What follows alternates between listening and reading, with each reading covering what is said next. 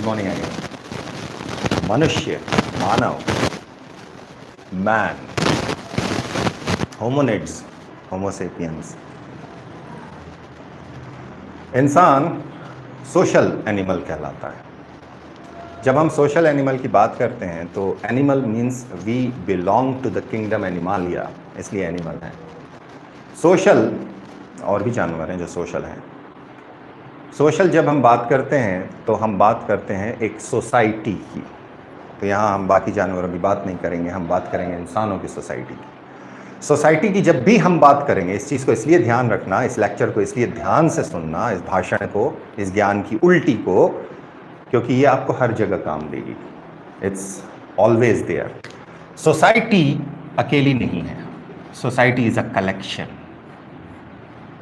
Collection simplest form में constituent part is the human being. Society human. So ऊपर लिख दूं या नीचे लिख दूं, बात एक ही है। इंसानों का समाज, समाज का सबसे बड़ा फैक्टर जो इसको मोल्ड करता है वो है ज्योग्राफिकल हिस्टोरिकल पैरामीटर्स।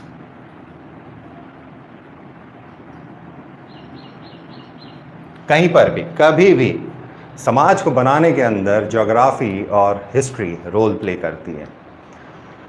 साथ ही साथ में कुछ कलेक्टिव नॉर्म्स होते हैं। सोसाइटी है तो कलेक्शन है। अब जब ये कलेक्शन है तो इसके अंदर कुछ नॉर्म्स सेट होते हैं। नॉर्म्स वो रूल्स एंड रेगुलेशंस होते हैं जो होते हैं। Society is a philosophy in fact, इस तरह से कि आप उसको किस पर्सपेक्टिव से देखना चाहते हो। आपका पर्सपेक्टिव मैटर करता है कि कहां पर आप अपने समाज को किस नजरिए से देखना चाहते हो। तो कोई भी सोसाइटी होगी उसका अगेन एक टेम्पोरल डायमेंशन होगा और साथ ही साथ में उसका एक स्पेशियल डायमेंशन होगा। ये ज्योग्राफी से निकल कर आएगा। क्यों निकल कर आएगा? इसलिए निकल कर आएगा कि हम लोग ब्रोकली नहीं खाते, नीली वाली गोभी है ना, हमें मंडी में मिलने लग जाती कभी कभार। तो हमें मालूम है ब्रोकली है, और ब्रोकली अगर ब्रोकली करके मांगेंगे तो वो बहुत महंगी देगा, 100 रुपये किलो, 80 रुपये किलो, 120 रुपये किलो। ए भैया ये क्या है? बोले ये गोभी जैसी है। मैंने नीली रंग की है, ख़राब हो गई क्या? अब उसको बेचना है, हमें ख़रीदना है। So I often use this thing. मालकिन के साथ जब जाते हैं 99.99% तो अपन चुप रहते हैं, मालकिन को जो करना है करने दो, बट कभी कभार ये हरकतें कर देते हैं। अच्छा इसको कैसे बनाते हैं? बोले गोभी जैसे बनाते हैं। बनती है, अच्छी बनती है? बोले हाँ। बोले अच्छा कितने की है? अच्छा चलो इतने में ले जाओ। सामने वाला करे बोले हम इतने देंगे, बार्गेन हो गई हमारी, हम ले आए। So what is that? Broccoli we don't use, lettuce we don't use, thyme we don't use, oregano आजकल तो पिज्जा में मिल जाता है सैशे, हमारे मसालों के डिब्बे में तो ओरेगानो नहीं है। ज्योग्राफी, कल्चर, खाना, it's guided but why what we have, जो हमारे पास मौजूद है उससे कल्चर बनता है। तो सोसाइटी जब भी होती है तो उससे निकलकर एक एस्पेक्ट आता है that is known as the culture. Culture अपने आप में एकदम से नहीं बनता, ये फॉलो करता है ट्रेडिशंस को, और ये ट्रेडिशंस हिस्टोरिकल, ज्योग्राफिकल होते हैं। सोसाइटी को समझना बहुत आसान काम है अगर आप बेसिक्स पकड़ लोगे तो। क्यों? क्योंकि कहीं से भी कोई सा भी क्वेश्चन ये उठाकर पूछते हैं और प्री में ये अक्सर टेढ़ा होता है, अक्सर। तो समाज है, समाज है का मतलब है a collection of people, collection of people. जो लोग हैं, जब भी हम हिस्ट्री की बात करते हैं और हम एक्सटेंट की बात करते हैं तो मैं हमेशा एक चीज बोलता हूं, ऑक्यूपेंट्स। जिस टेरिटोरियल स्पेशल डायमेंशन की हम बात कर रहे हैं उसके अंदर कौन लोग हैं, उस स्थान पर उस समय काल में रहने वाले ऑक्यूपेंट्स। जब ये ऑक्यूपेंट्स की हम बात कर रहे होते हैं तो इन लोगों के बीच में भी डिविजन्स हो जाते हैं। Genetic divisions are the racial divisions. ये अगला कंपोनेंट खुलता है, रेशियल। कौन सा कंपोनेंट हो गया? डिविजन्स कि सोसाइटी में लोगों को किस प्रकार से बांटा गया है। रिलीजन, कास्ट्स, क्लास, ये इकोनॉमिक है। रंग के आधार पर रेस है, धर्म के आधार पर रिलीजन डिवीजन है, कास्ट रिलीजन के अंदर है। एक और सबसे बड़ा डिवीजन होता है जिसको हम अक्सर यहां भूल जाते हैं क्योंकि people is common, that is the gender. सबसे बड़ा रफली अराउंड 50%, रफली अराउंड, हाँ, नॉट ऑलवेज, कभी ऊपर के होता रहता है, कहीं पे महिलाएं ज्यादा हो जाएंगी, कहीं पे पुरुष ज्यादा हो जाएंगे। ये पहला कंसेप्ट है। You have to underline this thing, the first concept. Second order क्या होता है? To be a human you need to be a consumer.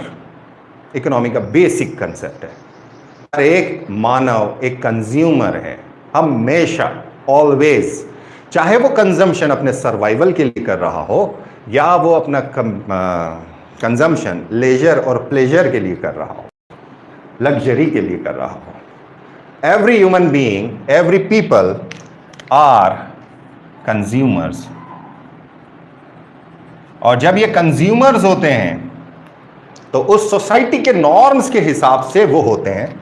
तो चाहे वो हंटिंग गैदरिंग वाली सोसाइटी हो, चाहे वो एनिमल हर्डर्स हो, चाहे वो सेटलर्स हो, चाहे वो रूरल हो, चाहे वो अर्बन हो, कहीं पर भी इंसान है तो वो अपनी सोसाइटी के हिसाब से, सेट नॉर्म्स के हिसाब से कंजम्पशन करेगा।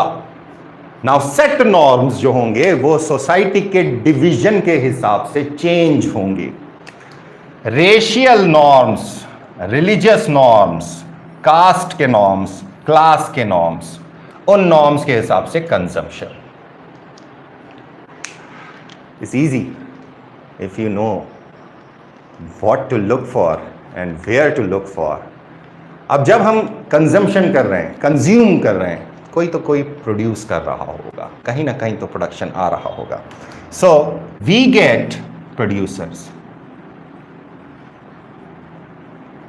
जब भी हम प्रोड्यूसर्स की बात करते हैं तो क्या काम किया जा रहा है वो सवाल निकल कर आ जाता है। Production of what? Production of what? Gathering of honey आज भी होता है, प्रोड्यूस भी होता है, बट जनरली इट्स मेजॉरिटी में आज भी कलेक्ट किया जाता है। गैदरिंग नेचर प्रोड्यूस कर रहा है। हंटिंग आज नहीं है हमारे यहाँ, इलीगल है। फिशिंग होती है, उसको अगर हम हंटिंग में ले लें तो मान लेते हैं। एनिमल हस्बेंड्री, हाँ है ना भैया, dairy, poultry and etcetera. Settlers, that is farming है। क्या प्रोड्यूस कर रहे? नेचर से, नेचर का यूज करते हुए। Then rural and urban, that is दूसरी चीज, the industrial. Industrial something else, using the raw materials provided by the nature। Economic activities यहां से निकल कर आ जाते हैं। अर्थ, आर्थिक से यहां से निकलता है the economic part of the society. है कौन लोग? या तो वो आदमी जेंडर में मेल है या फीमेल है। अगर वो प्रोड्यूस कर रहा है तो मेल प्रोड्यूसर या फीमेल प्रोड्यूसर हो गया, कोई भी चीज़ के अंदर लगा हुआ। अगर वो मेल फार्मर है तो मेल फार्मर हो गया, फीमेल फार्मर है तो फीमेल फार्मर हो गई, एंड ऑफ द लाइक्स। उसी तरह से अब यहाँ आपको सवाल ये पूछा जाता है कि कौन क्या काम करता था, किसने तरह के काम होते थे। तो काम जब भी होंगे तो यहाँ से एक पैरामीटर निकल कर आता है, द इकोनॉमिक एक्टिविटीज। अब आपको समझ में आएगा कि why these are known as humanities. ये सब्जेक्ट्स जितने भी हैं, ये सोशल साइंसेज है, हिस्ट्री बचपन में पढ़ते थे, सिविक्स, ज्योग्राफी, इकोनॉमिक्स, क्यों इनको सोशल साइंस बोलते थे? सोशल साइंस तो नहीं है, हर जगह बदल जाता है, इसलिए इसका नाम अच्छा लगता है ह्यूमैनिटीज़, कि इंसान से जुड़ी हुई जितनी चीज़ों को आपको पढ़ना है वो है। तो history is a little bit of geography, very little bit of geography, a little bit of economy and a little bit of political science, a little bit of. क्यों? अब जब ये समाज बन जाता है तो एक वर्ग, एक ग्रुप ऐसा होता है जो दूसरे ग्रुप्स के लिए काम करता है पॉजिटिव सेंस में, या उनके ऊपर राज करता है, कैसा भी हो सकता है. So we get from these people only another set of people known as the political heads.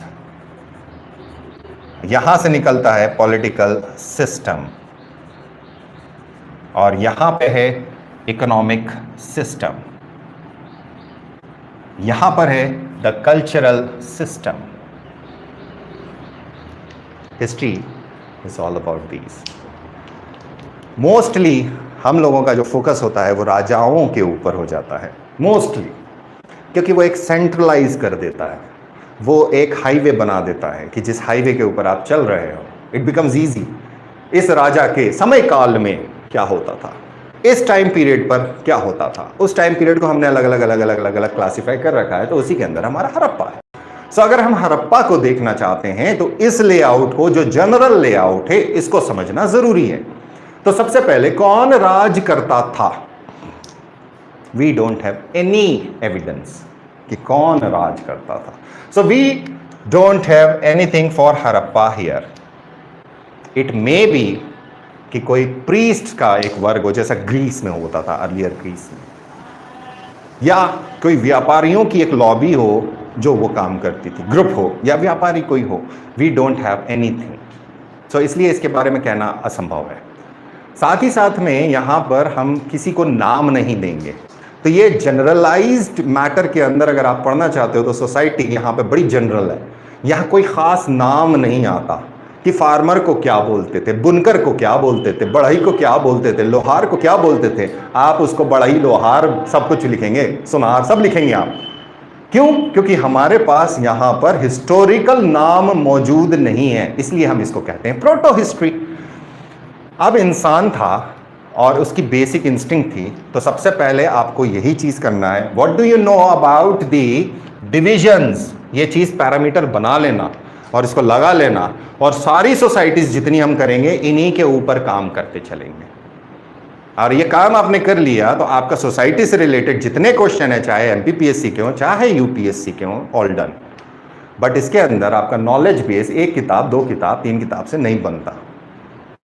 Knowledge किसी भी, हिस्ट्री इतनी वास्ट होती है, बहुत वास्ट होती है सकते, कंसिडरिंग व्हाट वी हैव. हर एक को हम पीएचडी में नहीं ला सकते, बट हाँ, हर विजन के साथ हम हमारा नया सोर्स जोड़ते जाएं तो आपके फैक्ट्स का collection, that is knowledge base, बढ़ता है. और 3 मार्कर्स के लिए नॉलेज बेस जरूरी होता है. जो बेसिक नॉलेज बेस है वो ल्यूसेंट में कवर हो जाता है, कोई सी भी दूसरी बुक में कवर हो जाता है. मेरे नोट्स सारे हैं, जितने मैंने प्रिंटेड दिए हैं वो सारे ग्रुप्स के ऊपर पड़े हुए हैं, क्योंकि हिस्ट्री के अंदर I am not withholding anything from any of the group, क्योंकि ये पीपीएम वाला मामला है. हिस्ट्री पूरी की पूरी आने वाली है, तो इसलिए जो नोट्स भेजे गए कृपा करके उन्हें देखें, हैं उसके अंदर. अब क्या होता है कि जो हमारी सोसाइटी है इसके अंदर, हड़प्पा के अंदर हमारे पास रेशियल आइडेंटिफिकेशन मिलता है. तो कितनी तरह की रेसेस हुआ करती थी, ये यहाँ क्वेश्चन बन जाता है. तो that is component. Religion we don't know, caste we don't know, classes we can assume कि यहाँ पे 2 क्लासेस हुआ करती थी.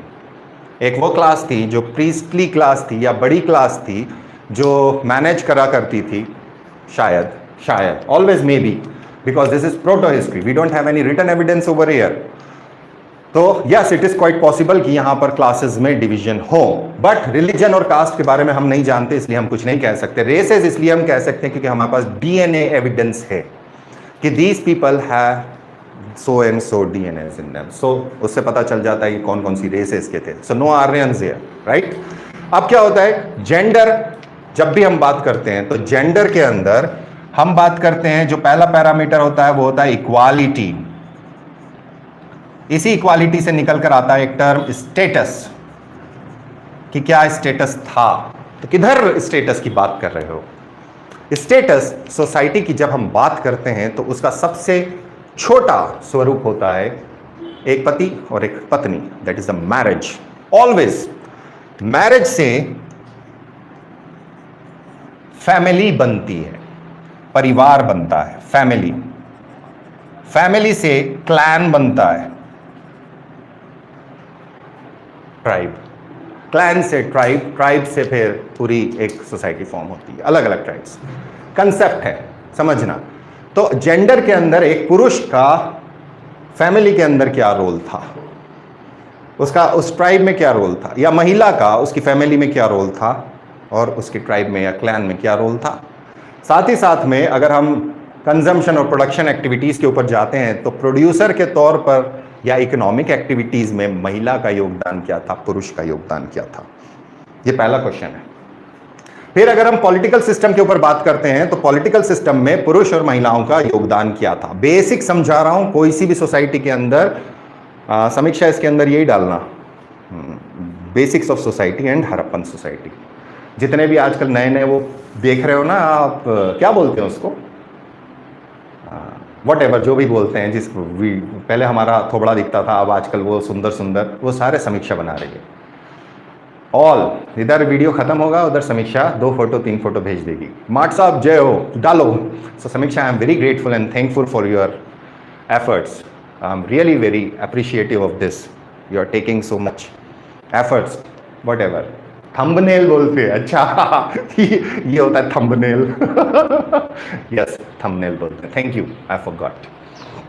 सो जब हम ये सोसाइटी के ऊपर खेल कर रहे हैं तो खेला खेलने के अंदर खेल है ये, कितने राजा हुए, कितनी रानी हुई। जेंडर क्यों रजिया सुल्तान इंपॉर्टेंट है यार, 4 साल का राज है, ना कोई महल बनाया, ना कोई सड़क बनाई, ना कोई बड़ा युद्ध लड़ी, अकेली है, अकेली है, यही उसकी यूनिकनेस है। तो जेंडर इक्वालिटी को तोड़ने वाली रानी लक्ष्मीबाई क्यों, रानी दुर्गावती क्यों, चांद बीबी क्यों, अवंतीबाई क्यों। हालांकि अवंतीबाई को काफी हद तक लोग उतना महत्व नहीं देते। नूरजहां क्यों, जेंडर बायास को पॉलिटिकल सिस्टम में तोड़ने वाली। तो हड़प्पा के अंदर स्त्री और पुरुष की समानता कहां से मिलेगी, एविडेंस नहीं है, इसलिए भूल जाओ, अभी भूल जाओ। लेकिन ये याद रखना कि क्या पैरामीटर्स हैं। सबसे पहला डिवीजन है जेंडर। जेंडर के अंदर इकोनॉमिक एक्टिविटीज कौन सी कर सकते थे, पॉलिटिकल एक्टिविटीज कौन सी कर सकते थे।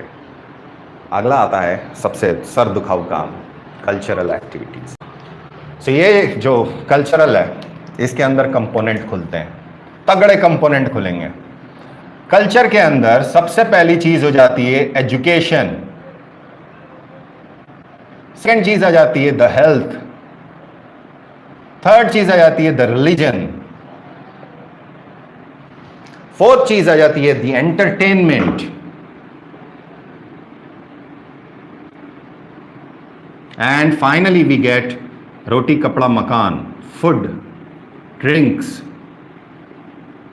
Clothes, ornaments. इसको बहुत अच्छे से क्लासिफाई कर लेना, क्वेश्चन यहीं आएंगे। और क्वेश्चन आते हैं चेंज से, जो मैंने पहले कई बार समझाया है। Always focus on the change, not on the continuum. Change का मतलब है कि आर्यंस स्टार्टिंग में, इसके अंदर भी कंफ्यूजन है, कुछ ऑथर्स कहते हैं कि शुरू से धान खाते थे, चावल खाते थे। कुछ ऑथर्स कहते हैं कि चावल बाद में खाना शुरू किया। यानी ऋग्वेदिक पीरियड के, दैट इज अर्ली वेदिक, ऋग्वेदिक के 2 पार्ट हैं। एक वो पार्ट है जो कैरीड है, एक वो पार्ट है जो इंडिया के सब कॉन्टिनेंट में आके लिखा गया है, पहला और आखिरी मंडल। तो इन दोनों को मिला के ऋग्वेदिक होता है। अर्ली वेदिक के अंदर हम उसका ऋग्वेद का भी एक कंपोनेंट बात करते हैं। लेटर वेदिक के अंदर कंप्लीट जो सेकेंड पार्ट है वहां से कंटिन्यूअम बनता है और बाकी के 3 वेद आते हैं। साथ ही साथ में दूसरे ग्रंथ भी आ जाते हैं, ब्राह्मण्स आ जाएंगे, उपनिषद आ जाएंगे, पुराण गुप्तन काल तक चलते हैं। तो ये हिस्टोरिकल एविडेंसेस हैं हमारे लिए, रिलीजियस हैं। तो रिलीजन एक इंपॉर्टेंट रोल प्ले करता है। एक सेकेंड,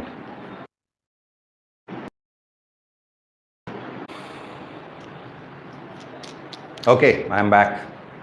एक्चुअली एक फ़ोन उठाना था, ज़रूरी उठाना था, इसलिए I am sorry for the disturbance, but I can not ignore this phone. इसके पहले वाले को तो इग्नोर कर देंगे। नाउ द थिंग इज कि जब हम यहाँ पे थे, फूड, ड्रिंक्स, क्लोथ्स, ऑर्नामेंट्स, कौन से कपड़े पहनते थे? हुला वाला हूँ, मान लो तुम कि तुम एक आदिवासी हो और उस समय के आदिवासी हो जो हंटर और गैदरर है। हमेशा कहता हूँ ना, एक भाला, मेरा भाला यहीं रहता है, दिस इज माई पॉइंटर, टू करने वाला है ना। बेसिकली ये तोड़ दिया गया है। ये 2 हिस्सों में है, I have to make another one.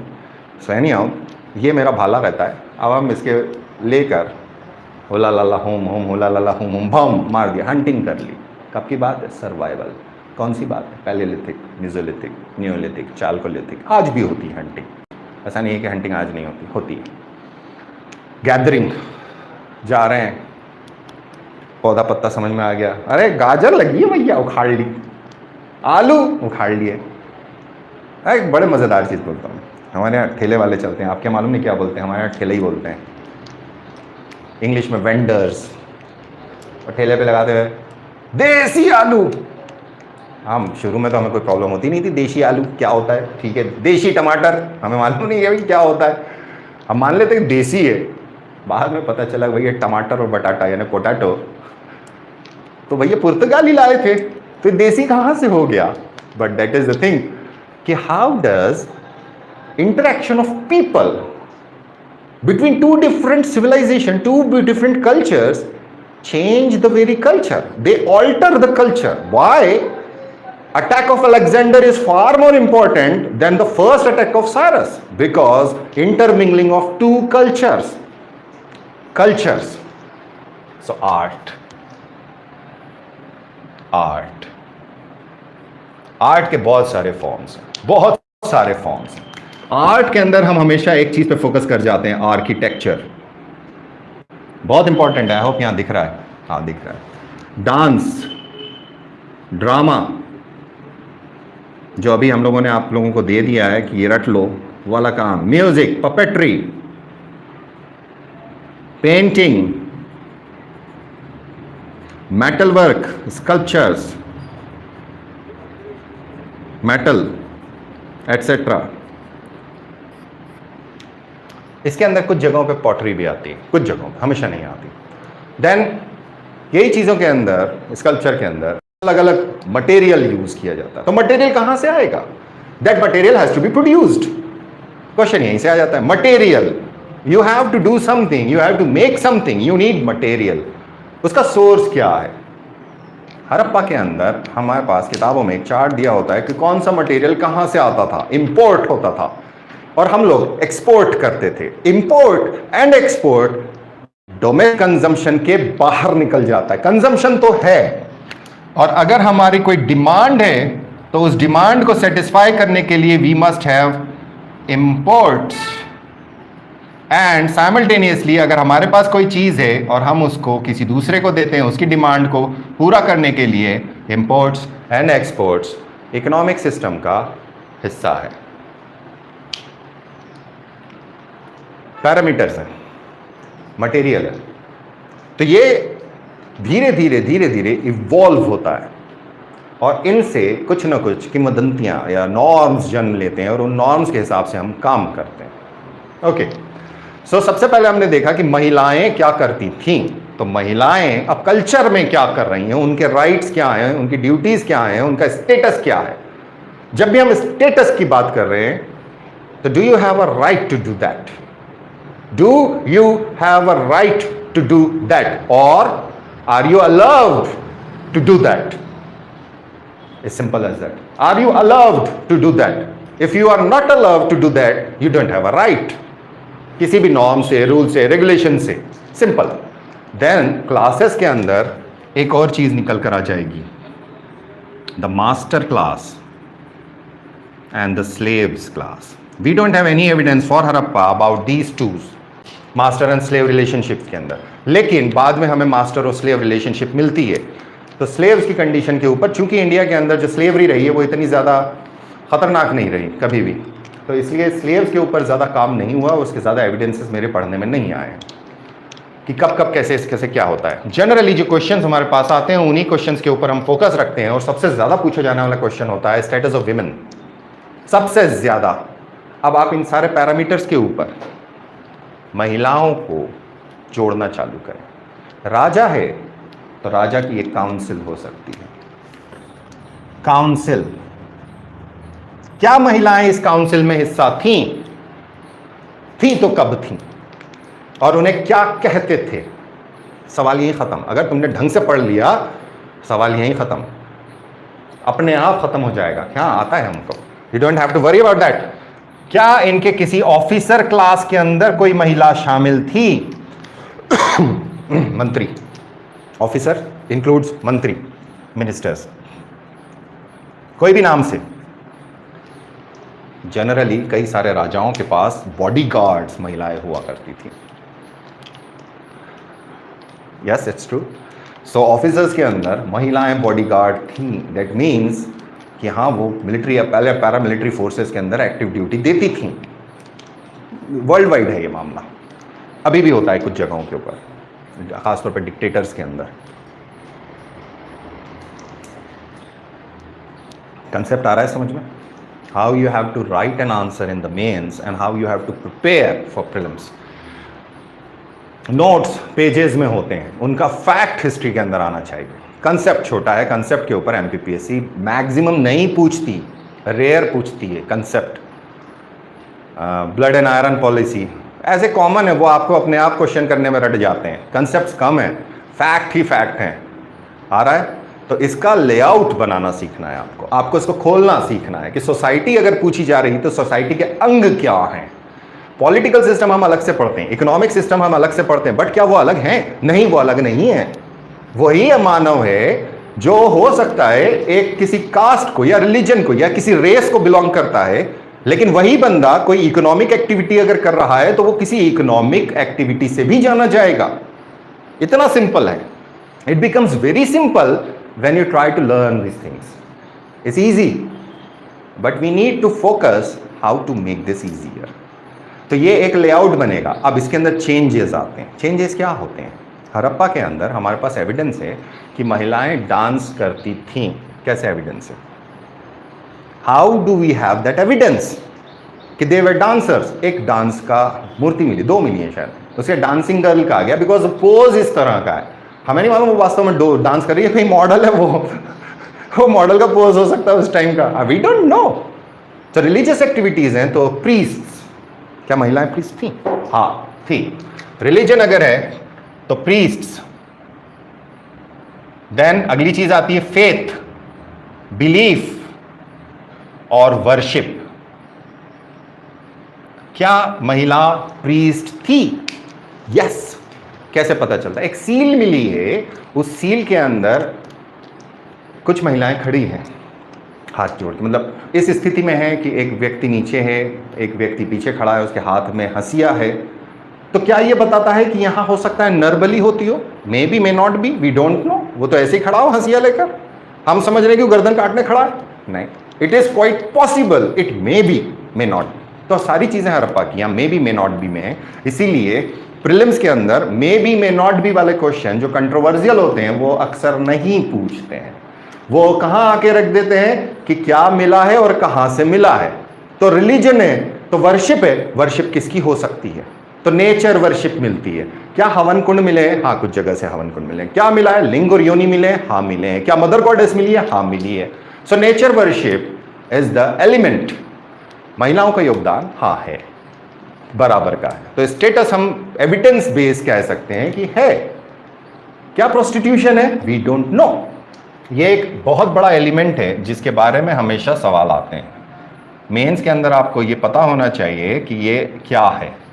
Prostitution महिलाओं की स्थिति को बताता है। बाद में धीरे धीरे prostitution will be taxed.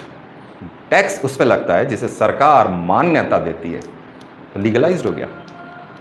So taxation अगला टर्म निकल कर आता है जो राजनीतिक हिस्सा, the political component exerts on either consumers or producers, this segment के ऊपर, that is the tax। इस पे सवाल आते हैं, अक्सर आते हैं कि कौन कितना टैक्स लेता था। राजा है, राजा के साथ में जो ऑफिसर्स हैं उसकी ब्रांचेस हैं, एग्जीक्यूटिव, लेजिस्लेटिव, जुडिशियरी। सो एग्जीक्यूटिव, लेजिस्लेटिव, जुडिशियरी। यहां पर हमेशा एक और चीज चलती है, जब तक राजा रजवाड़े रहे तो मिलिट्री। उसकी सेना कितनी बड़ी थी? सेनापति को क्या कहते थे? इस तरह के सवाल, सिंपल सवाल। नाम क्या है? किस नाम से उस समय में उन लोगों को बुलाया जाता था? फॉर एग्जाम्पल, मुस्तखराज is the name of collector of revenue. आज हम उसे कलेक्टर बोलते हैं। तो कलेक्टर साहब अपने आगे, आप जब बन जाएंगे कहीं कोई, या आप चलिए डिप्टी कलेक्टर ही बन गए, किसी ना किसी के तो मन में लड्डू फूटा होगा, तो मेरी तरफ से यही समझ लेना कि ईद की मिठाई खिला दी। सो आप अपनी गाड़ी के आगे मुस्तखराज लिख के घूमेंगे, आपको कोई सर रुतबा नहीं मिलेगा, क्योंकि उसकी वैल्यू नहीं है। आज कोई नहीं जानता कि मुस्तखराज क्या है भैया, होगा। इसी तरह से अगर कोई मराठा नाम ले लेंगे आप, वो लिख देंगे रेवेन्यू कलेक्टर, ना कोई फर्क नहीं पड़ रहा।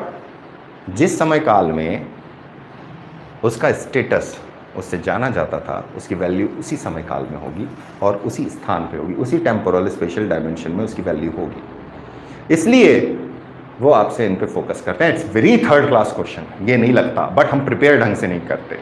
अगर हम प्रिपेरेशन ढंग से करेंगे तो होगा। एक साथ खाने बैठ जाओगे, ना खवाएगा, दस्त लग जाएंगे, उल्टी हो जाएगी, भागोगे। और अभी तो डॉक्टर के पास भागना ही मत, बनते कोशिश, डोंट गो आउट। मैथिलिन ब्लू का कल वो जबलपुर वाले जो डॉक्टर साहब हैं, वो वीडियो मैंने सर को भी शेयर कर दी, तो सर ने उनकी पूरी फैमिली हिस्ट्री बता दी कि उसके पिताजी जो थे वो भी अच्छे डॉक्टर थे, उन्होंने सुसाइड किया था, और इस लड़के ने शायद उज्जैन मेडिकल कॉलेज से डिग्री करी है, और इसके जो दादा थे वो बहुत शानदार डॉक्टर थे, उसकी दादी थी वो भी बहुत शानदार डॉक्टर थी, लेकिन उनकी डेथ एक्सीडेंट। मतलब इतनी सारी हिस्ट्री मेरे पास आ गई, सिर्फ मैंने एक वीडियो भेजा था। दैट इज़ हेड्स ऑफ, क्या नॉलेज है सर का, मतलब जिनसे मैं बोलता हूँ। तो methylene blue I am talking about since ages, anti fungal है। और हम लोगों को पहले यह था कि हम लोग मटके में 2 ड्रॉप्स डाला करते थे। अभी रिसेंट में हम लोग तो चूँकि नेबुलाइज कर रहे हैं, नेबुलाइजेशन चल रहा है, नेबुलाइजर मशीन आती है, उसके अंदर एक डिब्बी होती है, उसके अंदर एक बिडोफोर्ट करके रेस्प्यूल बोलते हैं, वो डालते हैं, और 2 ड्रॉप मैथिलिन ब्लू की, तो ये हिस्सा पूरा नीला हो जाता है। मैथिलिन ब्लू इस फंगस को मार देता है। So you must have a nebuliser for that. Steam के अंदर का मुझे कंफर्मेशन नहीं है, और इसलिए स्टीमर नहीं काम देता। सो दैट इज़, तो अभी हम लोगों को आदेश हुआ है कि आप लोग concentrated, that is 2 drops in 4 glass of water of methylene blue. 4 लोग हैं हम, चारों एक गिलास, आधी आधी बूंद रोज़ लेना चालू कर लें। इट्स द फर्स्ट मेडिसिन जो सिंथेटिक बनाई गई थी, and it was made for malaria. फिर मलेरिया की दवा आ गई, तो फिर मलेरिया के बाद आपने वो नाम सुना हाइड्रोक्सीक्लोरोक्विन, वो भी इसी का डेरिवेटिव बनता है। सो वो यहीं से निकलता। तो methylene blue I don't know work करें नहीं करें, बट इट्स गुड, करने में क्या हर्ज है, ले लो पी लो। SpO2 बढ़ा देता है, ऑक्सीजन लेवल बढ़ा देता है, हीमोग्लोबिन कंटेंट बढ़ा देता है। मेरे पास एक बंदे ने बोला कि he went to donate blood, और उसका हीमोग्लोबिन लेवल वाज 18, जस्ट एक क्या ले रहे थे, मैथिलिन ब्लू पी रहे थे। तो सामने वालों ने मना कर दिया, बोले आपका तो होगा। 2 बार चेक हुआ, फिर तीसरी बार चेक करा था, हाँ 18 ही आ रहा है। तो that is the content, it has many properties. जो मैंने आपको शेयर की थी स्लाइड, मेरे पास ईमेल आया था एक पूरा, किसी के जूम का वो था पूरा, that I have shared with you. और ये डिज़ीज़ इज़ गंदी, बहुत गंदी है, क्योंकि कोरोना से या तो कोई मरेगा या ज़िंदा बच जाएगा। ज़िंदा बच जाएगा तो ऐसा कुछ बुरा नहीं है जितना ये करता है, तो अंधा कर देगा, आँख निकालनी पड़ जा रही है। कल ही एक पता चला, मेरे दोस्त के मामा जी हैं, ही वॉज हिमसेल्फ सरकारी डॉक्टर, बाहर में पोस्टेड थे। अनफॉर्चुनेटली उनको ये हो गया, और अभी रिसेंट में कुछ लास्ट वीक उनकी एक आई निकालनी पड़ी है। So it happens, so prevention is better than cure. Methylene blue जो फार्मासिस्ट केमिकल्स बेचते हैं वहाँ मिलेगी। फार्मेसी वाले लोग ज़्यादातर नहीं रखते, क्योंकि बिकती नहीं है और बहुत सस्ती है। मर्क की मैं दवा लेता हूँ, अराउंड 200 समथिंग रुपीज़ की आती है, समथिंग, मेरा तो होलसेल का रेट आता है, and I am distributing it. मतलब सर के हॉस्पिटल में भी इट्स फ्री ऑफ चार्ज, एक छोटी वायल बना देते हैं फ्री ऑफ चार्ज, तो वहाँ पे हम लोग डिस्ट्रीब्यूट करते रहते हैं। Anyhow, come back, medicines. Health जब हम लिखते हैं तो कौन कौन सी मेडिसिन उस टाइम पे नोन थी। मेडिसिन तब मिलेगी जब आपको डिजीज़ेस पता होंगी। यहाँ पर उसका मुझे नाम याद नहीं आ रहा एग्जैक्टली, अभी एकदम से स्किप हो गया। एक ड्रग मिली थी जो बड़ी इम्पॉर्टेंट होती है ह्यूमन हेल्थ के लिए, स्ट्रेंथ के लिए, फॉरगॉटन द एग्जैक्ट नेम, भी याद नहीं आ रहा। तो अलग अलग समय पर आपको हेल्थ के अंदर जो मेडिसिनल वैल्यूज़ होती हैं वो कौन कौन सी होती थी, उनका पता होना चाहिए। एंटरटेनमेंट है, तो एंटरटेनमेंट के लिए आप क्या करते थे, कौन कौन सी रेसेस करते थे, गेम्स कौन से खेलते थे, ये सारी चीज़ें यहाँ आती हैं। एंटरटेनमेंट, टीवी नहीं था, व्हाट्सएप नहीं था, फेसबुक नहीं था, यूट्यूब नहीं था, तो क्या था, कैसे आप अपना समय व्यतीत करते थे? चौपड़ खेलते थे, पत्ता खेलते थे, शतरंज खेलते थे? What was the time pass? कि मूंगफली खाते थे बैठ के, पॉपकॉर्न चबाते थे बैठ के। सो that is entertainment. It's simple. Society के अंदर ये एक इंपॉर्टेंट एलिमेंट है। सबसे इंपॉर्टेंट एलिमेंट जो एजुकेशन है, क्यों एजुकेशन सबसे ऊपर लिखा है? बिकॉज एजुकेशन का कोर बनता है लैंग्वेज। किस लैंग्वेज में आप बात कर रहे थे, और अगर उसमें बात कर रहे थे तो किस लैंग्वेज को किस स्क्रिप्ट में लिख रहे थे, और जब ये लिख रहे थे तो क्या लिख रहे थे? तो यहां से निकलता है ऑथर्स एंड बुक्स। ये सवाल बहुत ज्यादा कॉमन है, बहुत ज्यादा कॉमन है। ये किताब किसकी है यार? नाम दे दे, इसकी इनमें से कौन सी किताब नहीं है? कालिदास जी लिख दिया और नीचे लिख दिया कि मालविकाग्निमित्रम। आगे लिख दिया उन्होंने, कौन सी बोलूं, ऋतुसंहारम। आगे उन्होंने और लिख दिया, कौन सी बोलूं? अरे कालिदास की किताबें याद नहीं आ रही। मालविकाग्निमित्रम। उर्वशी की कौन सी है? उर्वशी की कौन सी है? कालिदास की किताब लिखो तो। ऋतुसंहारम, रघुवंशम और कुमार संभवम। कुमार संभवम, और 7 हैं, 7 वर्क्स हैं। तो वो आपको 3 तो वो डाल देगा, चौथा कोई सा भी डाल देगा। विक्रमो वर्षियम, विक्रमो वर्षियम, मेघदूतम। शाबाश शाबाश शाबाश। अब इनका एक एक एलिमेंट खोल लेना, एक एक लाइन में आगे खोल लेना, इसका कंटेंट क्या है, किसके ऊपर बेस्ड है। जैसे अग्निमित्र है, मालविका अग्निमित्रम, तो अग्निमित्र कौन है? वो शुंग राजा है, उसके ऊपर बेस्ड है। तो वो हमको हिस्ट्री के बारे में भी बताता है। तो ये बड़ा कॉमन है किताबें पूछना। क्यों पूछना? बिकॉज इट फॉर्म्स अभिज्ञान शाकुंतलम। हाय हाय, क्या बात है, शाबाश की बेटा। This is your source, literary source, जहां पर उस समाज का, उस काल का या उसके पहले का कुछ ना कुछ हमें आभास होता है, कुछ जानकारी मिलती है। That's why education is a prime component, जहां से सोर्सेज ऑफ हिस्ट्री निकलता है। अकबरनामा क्यों पूछा जाता है इतना? बाबरनामा क्यों पूछा जाता है इतना नामा? रीजन सिंपल है। Simple because it's a source, first hand source. Why Rigveda? It's a source, books हैं, रिटन है। Archaeological evidences are something different. तो आर्कियोलॉजिकल एविडेंसेस कहां से निकलते हैं? तो आर्किटेक्चर। आर्किटेक्चर किस तरह का, कहां मिलेगा आर्किटेक्चर? अगर कोई रोड है तो उससे मिलेगा। रोड है तो क्यों है? आर्किटेक्चर का हिस्सा है। Because consumer should meet producers. तो ट्रांसपोर्ट, किस तरह का ट्रांसपोर्ट यूज किया जाता था? क्या रोड थी? अगर रोड थी तो उसे क्या कहते थे और कहां से कहां जाती थी? दक्षिण पथ सवाल आ चुका है, उत्तर पथ सवाल आ चुका है। सोनारग्राम से ढाका तक बनाने वाली सड़क, जाने वाली सड़क, जिसे आज जीटी रोड बोलते हैं। इंडिया के अंदर तो जीटी रोड नाम अब नहीं बोला जाता है, पाकिस्तान में आज भी जीटी रोड चलती। तो पाकिस्तान तक जाती थी बांग्लादेश से। That was old India, that is India. मेरे हिसाब से आज भी वही है, इंडियन सब कॉन्टिनेंट। कल्चर आज भी वैसा का वैसे ही है। सो that is something about your architecture. Dance, drama, music किस तरह का होता था? अगर कुछ रिटर्न एविडेंसेस हैं तो आपके काम आते हैं, आपको पता चलता है। अब अगर NH-19 रचित की तो मास्टरी कर ली इसने, सारी रोडें नाप ली हैं इसने नक्शे पर।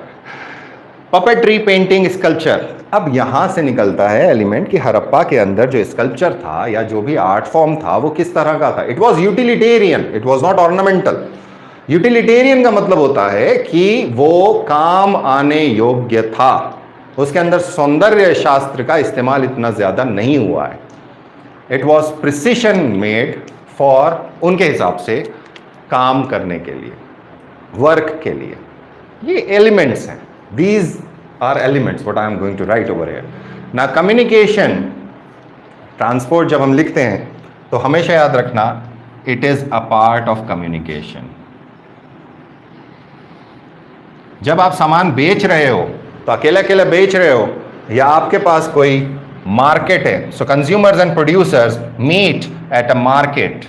उस मार्केट को क्या कहते थे और वो मार्केट्स कहाँ होते थे? अलाउद्दीन खिलजी क्वेश्चन आता है, बार बार आता है, बिकॉज लीगलाइज किया गया था, फोर्स किया गया था कि market should be controlled, prices should be controlled, इससे ज्यादा कीमत में नहीं बेचोगे। एग्जाम्पल्स दे रहा हूं, सोसाइटी को इवॉल्व करा रहा हूं।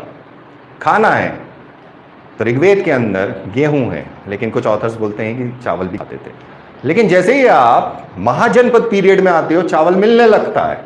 वाई? गेहूं ठंडे इलाके में होता है, चावल गर्म इलाके में होता है। अभी आपने मेरी एग्रीकल्चर वाली क्लास के अंदर अगर आपने सारी क्रॉप्स बनाई होंगी और उसके अंदर टेम्परेचर लिखे होंगे तो आपको बहुत अच्छे से पता है कि किस तरह से होता है, ये चीज़ समझिएगा।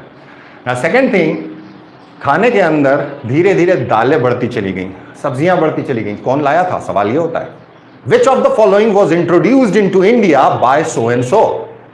कहां से आ रहा है? It's a change. क्वेश्चन कहां अटक गया? चेंज पर। तो अगर तुमने सोसाइटी पर काम करना शुरू किया है तो अगली सोसाइटी के अंदर जो चेंज मार्कअप है वो सबसे ज्यादा इंपॉर्टेंट है प्री के लिए, मेंस के लिए भी। ग्रीक्स आए, अलेक्जेंडर द ग्रेट, अलेक्जेंडर आ गया, युद्ध करा था यार उसने, तो कब्जा किया था, आतताई था, बट नहीं, उसको हम बहुत बड़ा इवेंट बनाते हैं। क्यों बनाते हैं? बिकॉज दो कल्चर मर्ज हो गए और यहां से सबसे इंपॉर्टेंट एस्पेक्ट जो निकल कर आया, that is the Hellenistic art form. तो एक चेंज मिलता है मुझको आगे चल के।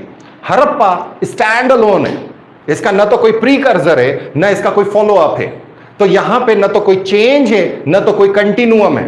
Harappa is stand alone. Harappa practice करने के लिए है, हड़प्पा लेआउट बनाने के लिए है कि क्या क्या मिला। मेरे नोट्स देखिएगा, बहुत डिटेल्ड हैं कहाँ क्या क्या मिला। बेसिकली वो मैंने थीसिस पेपर से निकाल के बनाए हुए हैं, इसलिए इस चीज़ का ध्यान रखिएगा कि वहाँ लिखा हुआ है, मैंने जस्ट गो थ्रू इट। वो गो थ्रू इट प्री के मोड के ऊपर जब मैं नोट्स देता हूँ तो था। अब आप उसको पढ़ के समझ के पैरामीटर्स निकालना चालू करो, लेआउट बनाना चालू करो। लेआउट का मतलब है ब्लो डायग्राम। एजुकेशन किस तरह की थी, किस समाज की थी।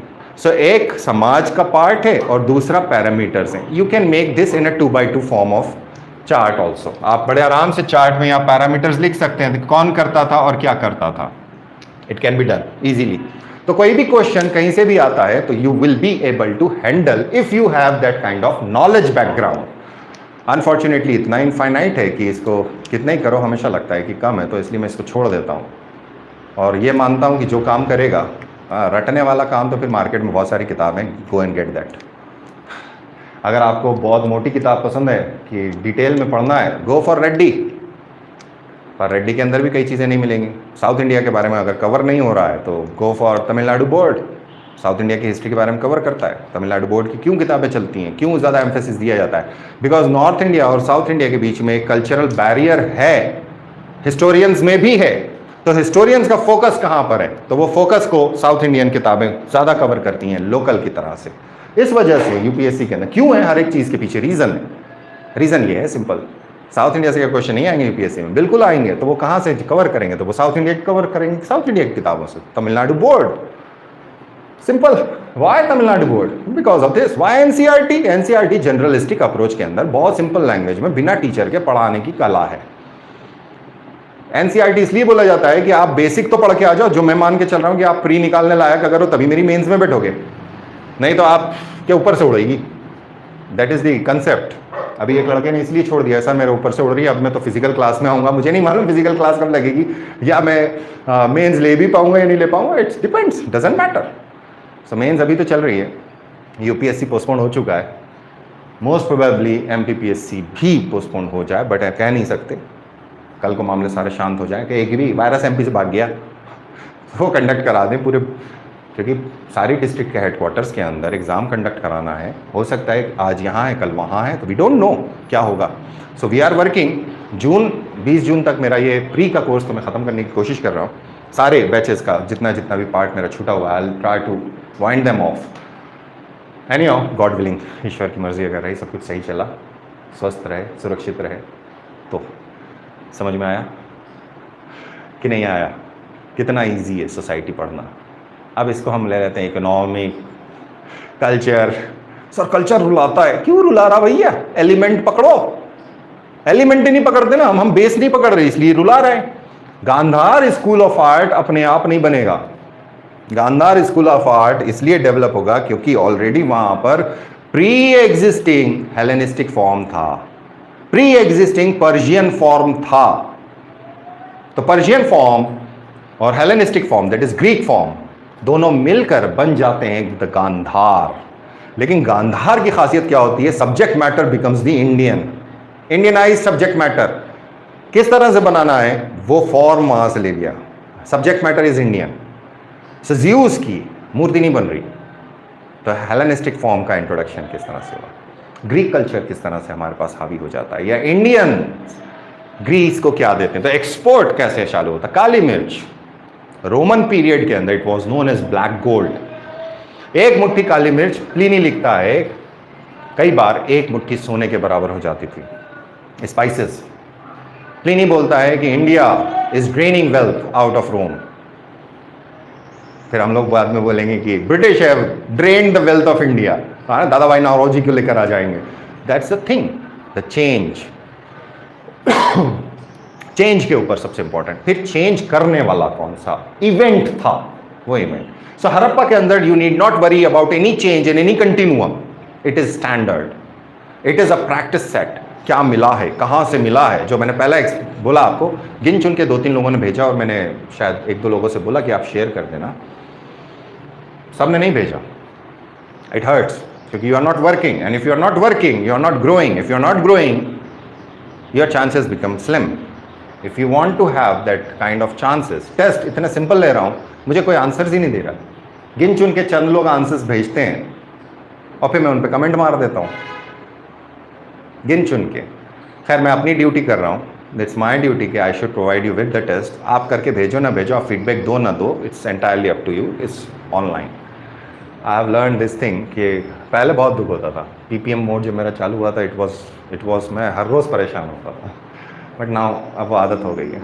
यू लर्न थिंग्स, कितनी कड़वी हो, सच्चाई कड़वी है, you learn. So can you do it now? अगर आपने इसको ढंग से कर लिया ना, तो आपके दिमाग में बैठ जाएगा कि महिलाओं का स्टेटस अगर पूछा जाए तो कैसे लिखेंगे। या अगर वो आपसे कॉम्प्लेक्स सवाल पूछ दें कि वैदिक पीरियड से मुग़ल काल तक महिलाओं की स्थिति का विवरण दीजिए, elaborate on the condition of women from starting from Vedic period to the Mughal period। 11 number का क्वेश्चन, 11 नंबर का क्वेश्चन, सोच के देखना, इट बिकम्स वेरी इजी। अगर वो आपसे क्वेश्चन पूछ लें कल्चर के ऊपर, describe the growth of architecture in India, तो एलिमेंट्स क्या होंगे आर्किटेक्चर के, कैसे बनता था पहला element, column beam, that's all, column and beam, brick work, that's all, rock shelters, that's all. काहेला है पुराना राजा गुफाएं बनवा रहे भैया, कहा है उदयगिरी केव्स 2 जगह, बाराबार केव्स क्यों, अजंता अलोरा क्यों, महाराष्ट्र के अंदर तो देख लो Karle, why those caves. So that is cave architecture, that is cave architecture. क्यों? इट वॉज ईजी, उस टाइम की टेक्निक्स के हिसाब से it was easy. By the time धीरे धीरे स्टोन मेसनरी चालू हो गई, स्टोन मेसनरी चालू हो गई तो कॉलम बीम आने लग गए। कॉलम बीम जब आने लग गए तो क्या बना रहे थे, किस तरह से बना रहे थे, तो स्टोन्स का यूज किस तरह से किया गया, स्टोन के यूज के अंदर फिर क्या क्या एलिमेंट एक्स्ट्रा जुड़े, ऑर्नामेंटलिज्म, ऑर्नामेंटलिज्म के अंदर स्कल्पचर,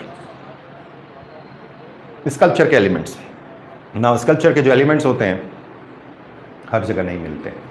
तो चाहे आप कोई सी भी किताब ले लें आर्ट एंड कल्चर की, सब इनकम्प्लीट है, उसी तरह से जिस तरह से हिस्ट्री की सारी किताबें इनकम्प्लीट हैं। एनीहाउ, सो आई होप यहाँ तक हम लोगों को समझ में आया होगा। हिस्ट्री की बहुत सारी बुक्स आती हैं, बहुत सारी बुक्स हैं। So you may have any book, Poonam Dalal Dahiya की एंशिएंट एंड मेडिएवल की बुक आती है, इट्स गुड बुक। इसी तरह से एक मॉडर्न की आती, मॉडर्न का नाम मैं भूल गया हूँ कौन सी किसकी है, स्नेहलता की, स्नेहिल त्रिपाठी की शायद, आई फॉरगॉटन। सो ये मॉडर्न है, ये नई किताबें हैं जो अच्छी हैं, कंडेंस्ड करके दी गई हैं। फिर कुछ किताबें, हर एक किताब का फोकस अलग होता है। दिशा का एक सेट आता है, उसकी हिस्ट्री का फोकस थोड़ा सा अलग है। देन यूनिक, जो पुरानी यूनिक थी वो बहुत ज़्यादा डिटॉल में थी। आजकल की जो यूनिक है वो सेवलॉन में है, लेकिन उसका अलग है मामला, उसका मामला थोड़ा सा अलग है। देन हिस्ट्री के अंदर what I prefer, second hand market में जाओ, बीए की किताबें लो, एंशिएंट हिस्ट्री एक किताब लो, उसको आराम से पढ़ो, उससे नोट्स बनाओ। कब? जब तुम्हारा ल्यूसेंट और बाकी जो छोटे छोटे नोट्स हैं उनसे अपने बन गए हैं, देन उसको जाके वापस कर दो, दूसरा ऑथर पकड़ लाओ एंशिएंट का, उसको पढ़ो, पढ़ने में रिवीजन हो जाता है, अपने आप हो जाता है, उसमें से वो फैक्ट निकालो जो तुम्हारे नोट्स में नहीं है। तो नोट्स खुलना चाहिए, नोट्स आपके जब तक नहीं खुलेंगे तब तक आप इसके अंदर इनपुट नहीं डाल सकते हो। ये है सोसाइटी का पैरामीटर। आप इसको 2x2 में मेरे नोट्स देखेंगे तो कंपैरेटिव नोट्स देखिएगा, अर्ली वैदिक, लेटर वैदिक और महाजनपद के 3 का मैंने कंपैरिजन करा है for a sample, as a sample, सब नहीं करा है और करूँगा भी नहीं, क्योंकि सिखाना बेहतर समझता हूँ, नोट्स बनाना तो जो मेहनत करेगा वो अपने आप निकल जाएगा। क्या सीखे ये बताइए।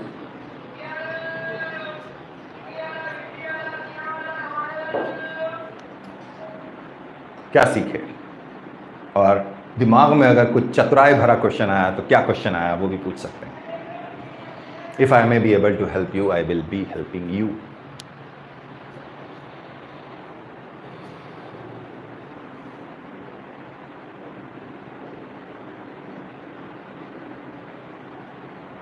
What did you learn today? ये वो सेशन है जिस सेशन को अगर पढ़ने वाले लोग या जो पढ़े लिखे लोग हैं उनको दे दिया जाए तो वो बोलेंगे ये पहले क्यों नहीं आता था हमको, इतना आसान कैसे हो गया ये। सर सब कुछ कनेक्ट कर दिया आपने, ऐसा लगा पूरी इंडियन हिस्ट्री आंखों के सामने से निकल गई। सीखा कि कितने पैरामीटर्स होते हैं एक सोसाइटी में, और भी होते हैं शिवानी, और भी होते हैं, बट यहाँ पर कुछ समझाने के लिए लिए गए थे। और it becomes easy if you plot them thing. Connections पकड़ना शुरू करो, आइसोलेट मत करो, things are related with each other. Sir इसमें तो ऑलमोस्ट सारा हिस्ट्री हो जाएगा, तो करना ही वो है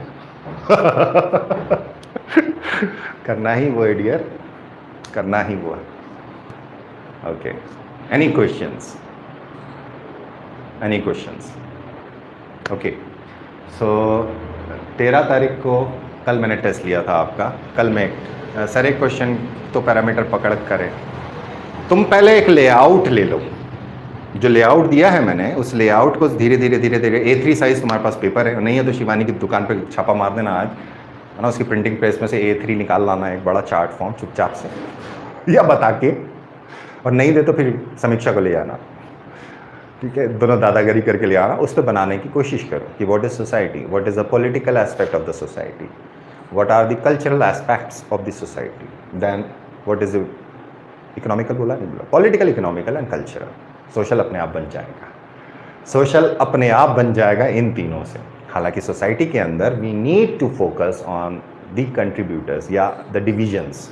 मेन सोसाइटी बनती किससे, कहाँ पर है, किस एरिया में फैली हुई है, उसके नॉर्म्स क्या हैं, इस तरह की चीज़ें, ठीक है। सो पहले सर लॉकडाउन रिची जा सकती, मैं नहीं, अबे ऐसा कौन सा लॉकडाउन है, हम तो घूमते, आज तक मुझे सिर्फ एक बार पुलिस वालों ने रोका है, ओनली वंस। कहाँ जा रहे हो? हॉस्पिटल। क्यों? अपॉइंटमेंट है। अच्छा जाओ बात खत्म हो गई, ठीक है, that was so simple and I am roaming. हाँ मेरे भाई को रोक लिया था, एसपी ने रोका था, इंदौर एसपी ने। कहाँ? बोले आप बैंक से आ रहे हैं, बाप छोटा बेटा भी साथ में, उसके बेटा हुआ 1.5 साल का, बेटे को जो बच्ची लेके घूमती है वो भी उसके साथ में। बोले अच्छा, उसने पर्ची निकाल के बता दी, सर ये, उन्होंने टाइम स्टैम्प में, अच्छी जाओ। आज साले साहब को पुलिस से उठा लिया घर के सामने से, भाई साहब निकले थे तरबूज खरीदने तो केले वाला भाग गया, पुलिस वाला गाड़ी में बैठ गया, वकील साहब है वो भी बैठ गए गाड़ी में, गए टीआई को बोला, बोले साहब दवा लेके निकला था, ये रहा पर्चा। वो पर्चा जेब में थोड़ी रखूँ, मोबाइल में रखूँ? बोले अच्छा आप जाओ। इट इज़ लाइक दैट, कुछ नहीं है। हम लोगों ने वो देखा है लॉकडाउन, जो लास्ट टाइम का लॉकडाउन था इंदौर, मीन्स 100 रुपये किलो भिंडी किसे कहते हैं यार, 100 रुपये किलो टमाटर, 200 रुपये किलो लहसुन, बीवी ने खरीदे हैं। टमाटर 45 दिन तक नहीं थे हमारे यहाँ, करीब 1.5 महीने बाद हमें टमाटर नसीब हुआ था।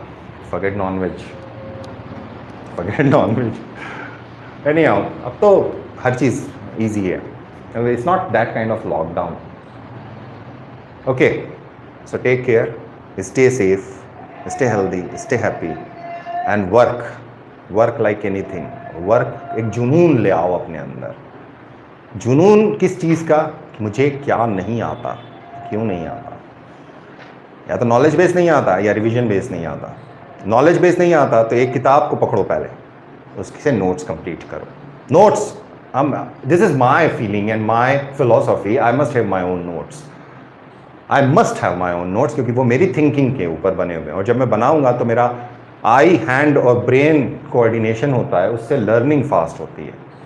फिर हमेशा 2 पेज में नोट्स बनते हैं, एक पेज हम हमेशा खाली रखते हैं, हमारा रूल है क्लास का, एक पेज सामने वाला खाली। क्यों खाली?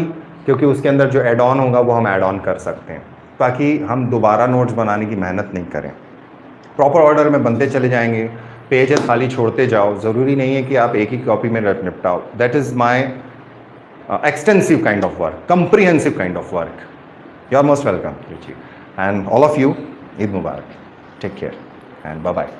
मंडे मिलेंगे, टेस्ट मैं आपको कल दूंगा, और जो ज्योग्राफी का टेस्ट है वो ज्योग्राफी का टेस्ट शायद अगर आज समय मिल जाएगा तो आज मैं चेक करूंगा उसको, और उसकी क्लास कल लूँगा, और most probably I will be giving you, मतलब अगला सेट दे दूँगा कि क्या टेस्ट है और क्या नहीं है। हम लोगों ने लास्ट टाइम जो करा था, अब why I am sharing this to mains कि मुझे समझ में आने लग गया है कि जो प्रॉब्लम मैंने लास्ट टाइम मेरे मेंस की क्लास स्टार्ट करी थी और बंद कर दी थी, it is there.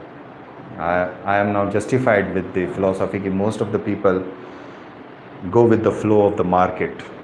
Don't go with the flow of market. Go with what you need.